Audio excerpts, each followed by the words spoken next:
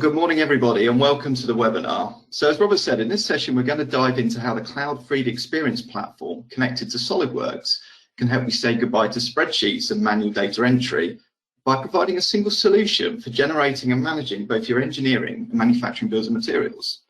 And along the way, I'll show you some examples of 3D Experience in action and how the tools work when working with SOLIDWORKS design data. And if you have any questions as I go through the different topics and examples, please just type them in the questions panel in the GoToWebinar controls. We'll have some time to cover those at the end. So this session is all about bill of materials management. How do you go from a design in SOLIDWORKS to the complete bill of materials required to manufacture and assemble a finished product? Now, typically in larger companies, you have a bill of materials engineer and they're on one side of the fence, and then you have your CAD designers on the other side of the fence, and they may or may not be working together. So how do you easily synchronize the CAD design structure with its engineering bill of material with the manufacturing bill of material? And what we often find is it's done manually. The manufacturing BOM is manually created in Excel or is managed in an ERP system, and the result being that it's disconnected from engineering. And to keep it in sync with engineering is time consuming and potentially prone to mistakes. And an incorrect bill of materials could result in an end product being incorrect, and of course increasing waste and associated costs for a manufacturer. And in smaller companies, it might be the job of the engineering teams to generate this information, and they have the same challenges. It's just that those same engineers are having to create it themselves. And I'm sure many of you on the webinar this morning can relate to this. So the challenges of generating a manufacturing BOM and keeping it in sync with the SOLIDWORKS design are just as applicable to small companies as well as large ones. Now, the 3D Experience platform helps businesses solve these challenges by providing one single collaborative cloud-based environment, connecting all project stakeholders, ideas, design data, and solutions, including capabilities that we're going to look at in depth in this session that can enable a business to manage their engineering and manufacturing bills and materials outside of SOLIDWORKS. And as we know, a complete engineering definition of a finished product can consist of many types of bills and materials. For example, a requirements definition, logistical information, and the engineering definition, and of course the manufacturing definition. And the Cloud 3D Experience platform has tools to manage all of these different definitions, providing a single model-based engineering environment where there's only one single source of the truth. And having that single source of the truth is the key. Now, many SOLIDWORKS customers manufacture, and even if they don't manufacture, they might be assembling their own products in-house. So in this session, we're going to focus on how the 3D Experience platform provides a single solution for defining and managing both the engineering and the manufacturing definition of a product. And of course, these definitions are pulled together to form bills of materials. And we're used to talking about bills of materials in the context of SOLIDWORKS. A bill of materials at its core is a raw list of sub-assemblies, intermediate assemblies, subcomponents, and the quantities of each needed to manufacture and produce the end product. And from an engineering point of view, the BOM takes into account all of the individual components that go into manufacturing a product. But to get to a finished product, of course, much more information is required than just a list of parts from SOLIDWORKS. From the manufacturing point of view, an extra layer is added. You're defining not only what the components are, but how do they come together? How are they fabricated? How do we get to the finished product? And it doesn't end there. Typically, from a purchasing point of view, we need to define where purchased components will be sourced from, where is the raw material coming from, and how does all of that come together? And finally, once the product has been fabricated, how do we service it? How do we keep track of what parts can be replaced, what can be repaired and reused, and how much do these things cost? So there's a lot of information, and in this session we're focusing on the EBOM and the MBOM and how the 3D Experience platform can be used to manage and synchronize the two. So let's start with the engineering BOM. This is a generic breakdown of the functional components, the sub-assemblies, the components, and customers may define different variants, and these all come together to define the physical product. And when you say parts and assemblies to 3D Experience, the resulting items are called physical products, and these physical products represent the complete engineering definition, including many other related objects, not only the SOLIDWORKS part or assembly file. So in companies that are only using Windows folders to store and manage SOLIDWORKS designs, the engineering bill of material is typically the SOLIDWORKS assembly tree and its associated components and sub-assemblies, or a parts list on a drawing, of course. However, it's often structured in a manner that's required to design the product efficiently in SOLIDWORKS, and not necessarily structured in a manner that's best suited for other downstream processes. Now, the Cloud 3D Experience platform offers a web-based browser approach and a host of capabilities that can enable you to manage the engineering BOM outside of SOLIDWORKS. And using 3D Experience, a bill of material engineer, or in some cases a designer or a design leader, can manipulate an existing assembly structure, add or remove components, create new or change a revision of components, and also add items that you may not want to show in SOLIDWORKS or need to show in SOLIDWORKS, for example, paint and glue, and so on. Another added benefit is the ability to create an entirely new product structure, for example, creating a new variation of a design by duplicating an existing assembly, assigning new set of part numbers, and then even swapping out items to create a completely new variation of a product. All of this can be done without needing to use SOLIDWORKS. And with 3D Experience running in a web browser, someone could even do this on a tablet or even a MacBook. It doesn't even have to be a Windows device. So with all of that, it's a bit of background. So let's go ahead and take a look at a short example. Bowhead is a small but agile company who needed a better way to work together on the design and production of their Reach off-road wheelchair. With SOLIDWORKS connected to the 3D Experience platform, the built-in project management, collaboration tools, and Cloud PLM enabled them to be productive right away. Customer demand is high, so they must keep innovating. Let's see how Product Release Engineer aids them with the creation and release of a new wheelchair model that's ready to ship, without putting extra burden on their SOLIDWORKS engineering team. Megan, the engineering manager, accesses all her data and 3D Experience apps right from a browser dashboard on her tablet. She reviews a 3D markup of the proposed design for a new rider-assisted wheelchair model. The upgrades include a push handlebar assembly, which requires a new rear drive subassembly and a redesigned rear fender. On another tab, the rear drive assembly is loaded into Product Release Engineer. The entire product structure displays alongside a 3D view, so she can see exactly what components are affected by the design update. She tailors the view layout to arrange and display any standard attributes or custom properties. The design update requires a new rear drive assembly. Historically, this would involve a SOLIDWORKS engineer to open the assembly, make a copy, then rename, renumber, and hope everything updates. Now Megan can duplicate the assembly herself without creating extra work for a team member. Most of the parts can be reused, but it will require a new top-level assembly designation. Optionally, she can include any SOLIDWORKS drawings that also need to be duplicated. Behind the scenes, all the 3D data is safely stored in the cloud. She assigns a new part number according to her company standard. This new drive assembly requires a different fender. It's somewhere in this long list of components. Typing in the search bar dynamically filters a display. Cross-highlighting in the graphics view lets her know she's identified the correct item. She can replace the fender with any existing part, revision, or, in this case, a branch, which is a unique part derived from the existing design. She's able to compare the two parts side by side just to be sure she has chosen the correct replacement. Megan just needs to add a few more items to the product structure. First, she attaches the handlebar push assembly. Clicking on a component in the structure drills down so she can inspect any level of detail. This assembly is in the in-work status, but since it's composed of all existing parts, it looks ready for release. Megan has to account for everything that ships with the product. That could include parts not yet designed, volumetric items like paint or glue, or even specification documents. This assembly requires lubricant, a purchased item that doesn't have an associated CAD model, but does need to be reflected in the bill of materials, including the proper quantity. With Product Release Engineer, Megan can assemble a complete product structure of both CAD and non-CAD items. Megan groups the table by maturity state so she can identify which items are still in work. These items still need part numbers assigned.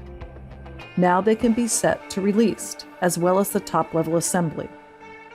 The 3D Experience platform is all about collaboration, so Megan can create product structure views relevant to downstream stakeholders like purchasing. She applies the built-in tags to itemize by lead time, color code by manufacturing process, and filter by purchased items only. She tailors the column layout with only the attributes used by the procurement team. And of course, she can export the purchasing BOM as a CSV file to share with any external stakeholders or interface with downstream systems such as MRP or ERP.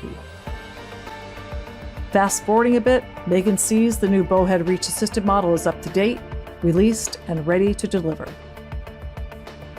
Product Release Engineer allows you to quickly roll out a new product from an existing design, account for every item that goes in the box, and fast-track your purchasing and production without creating extra work for your engineering team. And that's just the start. Connecting SOLIDWORKS to the 3D Experience platform extends to all phases of product development, with solutions for cloud-based design, simulation, manufacturing, project management, and cloud PLM. Contact your SOLIDWORKS value-added reseller to learn more.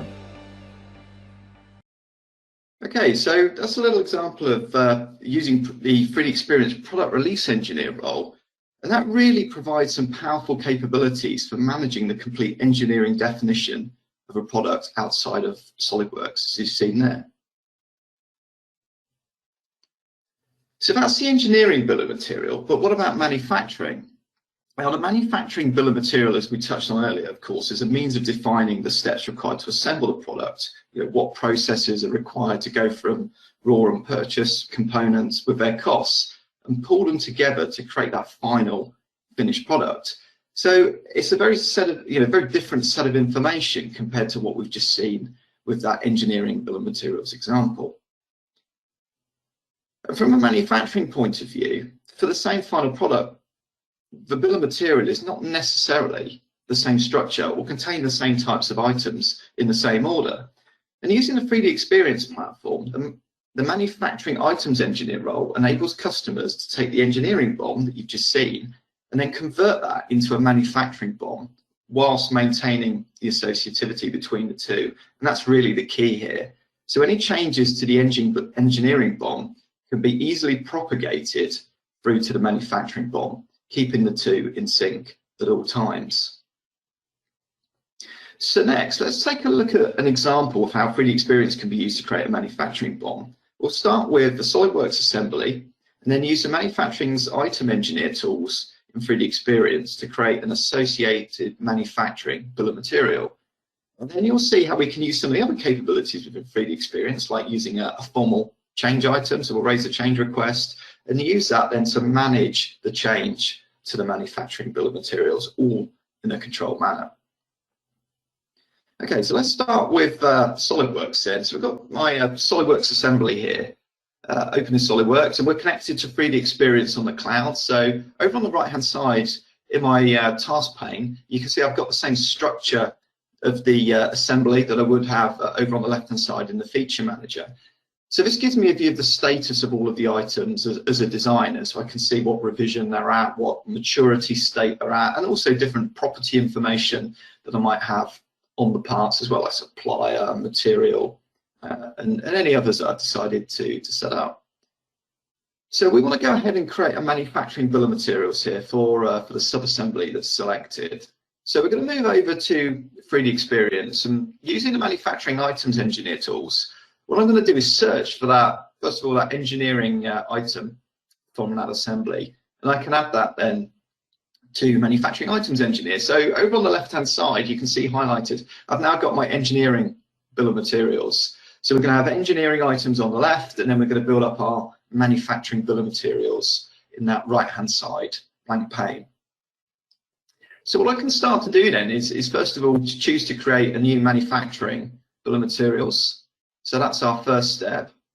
So we can go ahead and give it a different name if we wanted to as well. So it doesn't necessarily have to follow the same name as the SOLIDWORKS engineering bill of materials. But of course, it will pick it up initially, and then we can change it, give it a description and some other information if we need to as well. So then within that, we can start to build up the structure. So we can go ahead and create our manufacturing assembly. So in this case, we're going to create a left-hand side structure and a right-hand side structure. And then from the engineering bill of materials from SOLIDWORKS, I can just start to drag out the components that I want to use in the manufacturing BOM. So this manufacturing BOM on the right-hand side can be a completely different structure. And whatever I do on the right-hand side is not going to affect the basically the SOLIDWORKS assembly structure. So as a manufacturing engineer, generating my my bill of materials for manufacture, I can create the structure that I need to convey the information as I need it. So again, we can go ahead and add some more items to the structure. So I'm going to go ahead and add a right-hand side manufacturing assembly here. And then again, let me just fast forward a few seconds, and then we've dragged and dropped some more items to build up that right-hand side. So we can have a completely different structure on the right-hand side to see what we need for manufacturing. Now, at the same time as well, we can manage and see which items we've used, which ones we haven't. So we've got a nice status column there that's displayed that shows us which ones have been assigned to the manufacturing BOM, which items haven't. And again, I can go ahead and just drag some more out this time and drop them in the top level. So, when you're new to working with these tools, it's really easy to build this up. As you can see, you're just literally dragging and dropping items from one side to the other, from your engineering side to your manufacturing side. Now, obviously, I'm doing it kind of manually here, just dragging and dropping items, but we can also define manufacturing or hardware kits as well. So if there's a particular hardware kit for this assembly, I can search for that and reuse it. So maybe if we're doing lots of variations of similar products and they require the same hardware kits, we can define those in 3D Experience as items with all of their own information. And then, I can just drag and drop and add that to the manufacturing bill of materials for this item. So again, really easy to kind of reuse items in that manner. And of course, I've got my structure there, and I can extend it out and see all of the items. So what happens if we make a change then? So just going back to SOLIDWORKS, if the the design engineer using SOLIDWORKS maybe create some new revisions of some of these parts, we make a design change. So when you're working with SOLIDWORKS connected to 3D Experience, you've got the power of using the revision control capability, so you can create and manage revisions of your designs using 3D Experience, and you can also manage the maturity or the life cycle status of these items as well, and can control who has access to the designs at different states as well. So it's a great way of just being able to manage your design data as well, not just your manufacturing information. So we've created some new revisions of those items. So let's see how those changes propagate through now to the manufacturing bill of materials. And the way we're going to do this is manage the changes to actually use some more 3D Experience capabilities. So we're going to actually create a change action here. So we can use the change action as the overall object for managing the change. So we can assign approvers to the change action, people responsible for actually carrying out the change. And all of the activities can be tracked with a complete log and an approval history of that change as well. So you can see we dragged the change item onto our manufacturing bill of materials, and we're going to do all of our modifications to it while working under that change action. So it's going to capture the entire history of the the steps that we're doing to change that manufacturing bill of materials. So what we can do now is basically a comparison with the latest revision of the engineering bill of materials compared with our current version or revision of the manufacturing bill of materials. And we can see now on the right hand side those items highlighted in purple. That's basically telling us that these components are actually now out of sync with the latest version of the design items, which are shown on the left hand side. So we could create a new revision, of course, of the manufacturing bill of materials, and now we can also automatically update the items, so we can get an impact analysis, impact assessment, which items are changed. We can choose what to do with those items that are now out of date. So in this case, I've chosen to actually create new revisions of those manufacturing items on the right hand side. And again, you can do it automatically. You can also do it manually as well. So you can choose an individual item, go to the relations panel, and actually choose to manually either update the current revision of the manufacturing item or create a new revision of the manufacturing item. So, just like you would with your engineering structure driven by SolidWorks, you might create different revisions of it as you change it. You can do exactly the same with the manufacturing bill of materials as well. So it has its own revisions, has its own life cycle as well. And again, you can control the access to visibility of your manufacturing bill of materials to other people within your organization based on the maturity of that bill of materials. So maybe once it's released, then maybe other people within your company then can view that manufacturing bill of materials, for example. So you've got a lot of control over how the content is managed. So at the end of all of that, we've made our modifications. We've updated the manufacturing bill of materials with those changes from the engineering structure. And then finally, we're just going to change the maturity, as I was talking about, of that manufacturing bill of materials. So we'll move it on to frozen. So now it's ready for review. So that's kind of like a pending review state. So now at this point, using the change action, then we could put the manufacturing bill of materials into an approval loop. So it might be that multiple people need to approve the changes before the manufacturing bill of materials is finally released. So you can build in all of those workflows within your company using 3D Experience to make sure you've got a well-documented approval process based on the way you want to work. So that's a little example of how using 3D Experience we can go from SolidWorks, from our design managed by 3D Experience in SolidWorks, to then using the tools in the manufacturing items engineer role in 3D Experience to generate a manufacturing bill of materials. And the manufacturing engineer, of course, can then take it, as you've seen, and easily create that associated bill of materials. And then any changes, for example, new revisions of the components, you sort of propagated to that manufacturing bill of materials in a controlled manner, which was key for all of this. Now, of course, once you've created your bill of materials in 3D Experience, what about sharing that information with other systems? Of course, typically, many companies are using ERP systems. So you typically want to, get that information out into your ERP system. So you can do that manually from 3D Experience. You can output a CSV file, and you can do that as well from the product release engineer if you just want to export the engineering BOM outside of 3D Experience to another system, for example.